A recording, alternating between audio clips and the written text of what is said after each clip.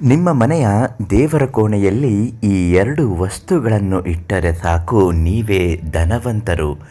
7 ದಿನಗಳಲ್ಲಿ ನಡೆಯುತ್ತೆ ಮನೆಯಲ್ಲಿ ತುಂಬ ಅತಿರೇಕವಾದಂತಹ ಬದಲಾವಣೆ. ಮಹಾಲಕ್ಷ್ಮಿ ಮನೆಗೆ ಬಲಗಾಲಿಟ್ಟು ಪ್ರವೇಶ ಮಾಡುತ್ತಾಳೆ. ಬೇಕಾದರೆ ನೀವೇ ಇದನ್ನು ಪರೀಕ್ಷೆ ಮಾಡಿ ನೋಡಿ. ಮನೆಯಲ್ಲಿ ದುಡ್ಡಿನ ಸುರಿಮಳೆಯಾಗುತ್ತದೆ.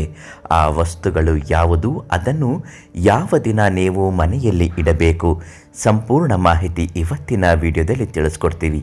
ನಿಮ್ಮ ಜೀವನದಲ್ಲಿರುವಂತಹ ಸಕಲ ಸಮಸ್ಯೆಗಳ, ದುಡ್ಡು ಕಾಸಿನ ಸಾಲದ ಸಮಸ್ಯೆಗಳ ಪರಿಹಾರಗಳು.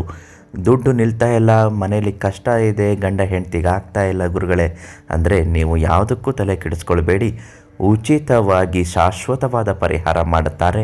ಪ್ರಧಾನ ತಾಂತ್ರಿಕ್ ಕೀರ್ತಿ ಪ್ರಸಾದ್ ಗುರುಗಳಿಗೆ ಒಂದು ಕರೆ ಮಾಡಿ ಎಲ್ಲ ಸಮಸ್ಯೆಗೂ ಪರಿಹಾರವನ್ನು ಉಚಿತವಾಗಿ ಸಾಕಷ್ಟು ಜನರಿಗೆ ನೀಡಿದ್ದಾರೆ. ನಿಮಗೂ ಸಹ ಸಿಕ್ಕೇ ಸಿಗುತ್ತೆ.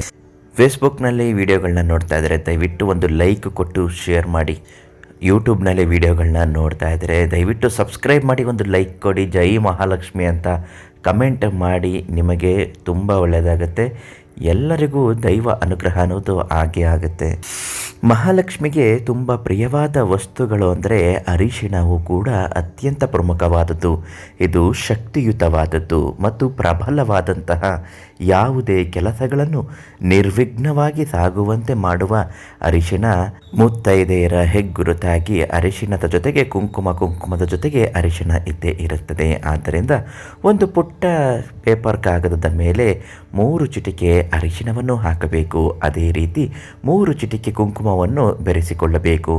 3 ಲೋಟದಷ್ಟು ಅಕ್ಕಿಯನ್ನು ಒಂದು ಚೆಂಬಿಗೆ ಹಾಕಿ ಅದರ ಮೇಲೆ ನೀವು ಈ 2 ವಸ್ತುಗಳು ಈಗಾಗಲೇ ತಿಳಿಸಿರುವ ಅರಿಶಿಣ ಮಿಶ್ರಿತ ಕುಂಕುಮವನ್ನು ಅದರ ಮೇಲೆ ಪೊಟ್ಟಣದೊಳಗಡೆ ಹಾಕಿ ಇಡಬೇಕಾಗುತ್ತದೆ.